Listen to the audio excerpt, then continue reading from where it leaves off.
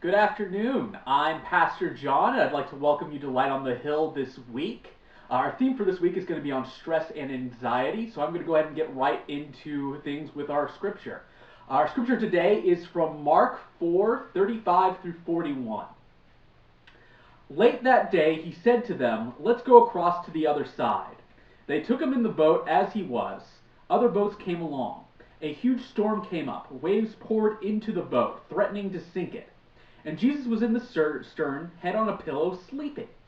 They roused him, saying, "Teacher, is it nothing to you that we're going down?" Awake now, he told the wind to pipe down and said to the sea, "Quiet, settle down." The wind ran out of breath, the sea became smooth as glass. Jesus reprimanded the disciples, "Why are you such cowards? Don't you have any faith at all?"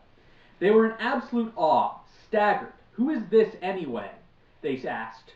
Wind and sea at his beck and call.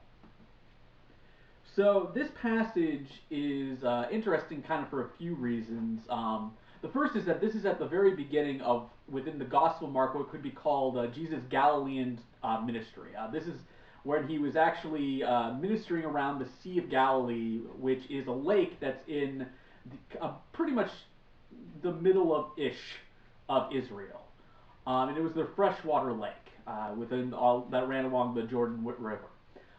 So this is an area, obviously Jesus is from around that area and everything, but this is kind of the beginning of that ministry. And it is also the first miracle that Jesus did within Mark's gospel that could be considered a nature miracle. So it's important to remember that back then, disease was looked at as differently. Like now, we probably would consider any kind of healing as being like a part of nature. But back then, those two things were very seen as being very different. Disease was not, a thing that was considered to necessarily be because of the like natural creatures or viruses or whatever it is. So Jesus commanding the wind and the waves here is a very clear statement from Mark that is putting him within the same sort of tier as God Himself, the Creator of Earth. And it's also a little bit of an interesting parallel to sort of the story from Exodus, where God brings the Israelites over the Red Sea by splitting the waters. And here, Jesus is bringing another group of people of God across the sea by calming a storm. So there's a little bit of an interesting parallel there. So, what does this have to do with us specifically, and what does this have to do with stress and anxiety? Well, I think a lot of times when you have stress or anxiety in your life, it feels almost like you're in the middle of a storm. Whatever is causing that can feel like a storm that's outside that is going to bring you down. And within this own story, we do see that the disciples, several of which who were fishermen and were probably familiar with the waters they were on, were very stressed out, clearly. And that's very understandable. When something happens within our own lives, it's a very human reaction for us to get, stressed and anxious. And then the question that they even ask there, asking, Jesus, do you really care that we might die here? Like, why are you not acting? Why are you just sleeping? It's a very human sort of question that we ask towards God whenever those types of situations come up within our lives.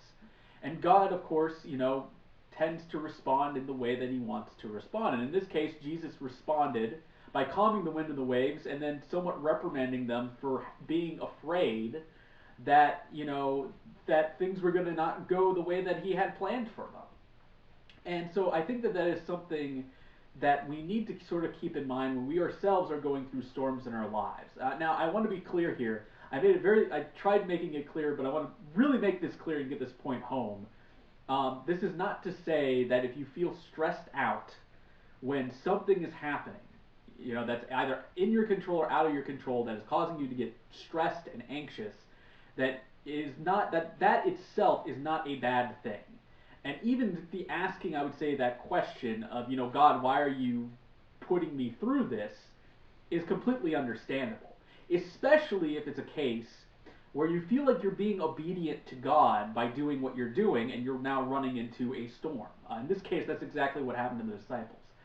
I think it's important to kind of remember that, just because a lot of times you can kind of take this and kind of construe it as like Jesus saying, don't get stressed. That's not it. The issue here that the disciples had was that they didn't have faith that he was going to take care of them in that moment. And that's the thing which we need to be careful of and really work on doing. So when you're facing stresses and anxiety in your life and you have something causes that to occur, the best advice that I can give to you is to first go to God in prayer and to really try and turn it over to him. Now again, as I said, it is completely natural for you to be wondering why are you going through this? I think that that's okay, and that's okay to bring up to God. But you also then need to take a little bit of an extra step than what the disciples did and have faith that he is going to bring you through it and that he does have a plan for this. So in doing that and in kind of praying and turning it over to God, you can sort of lower the stress a little bit within your life. Now, I'm not going to say that you're going to be able to get rid of it entirely, though sometimes you may actually be able to do that. But it does help when you know that you have a God who is powerful enough to calm a storm and stop that from causing destruction and ending the lives of his disciples. You know then that he can take care of whatever problem is going on in your life. So that is all I have for this week. I would like you all now to join me in prayer. So we will pray now. Lord, I thank you so much for this week that we could come together and talk a little bit more about stress and anxiety. I just pray that you will be with all of us during this time, especially those of us who are experiencing any stress or anxiety due to everything that's going on. I just pray that you will help us to lean on you and that you will help us to get through this and see that you are indeed in control, even though it might not feel that way at this time. I continue, Lord, as I do every week, to just pray for our health officials out there and our health workers out there who are on the front lines dealing with this pandemic. I just pray that you will be with them, that you'll protect them and give them wisdom in what to do as they are guiding us through this. I pray for those who are affected by the COVID-19. I just pray that your healing hands will be on those who are sick, and that you will also comfort those who are family members and friends around those people as well, and that you'll just keep them feeling, safe and at peace with what is going on. And I just pray that you will keep us all safe as well, Lord, and in your name, amen.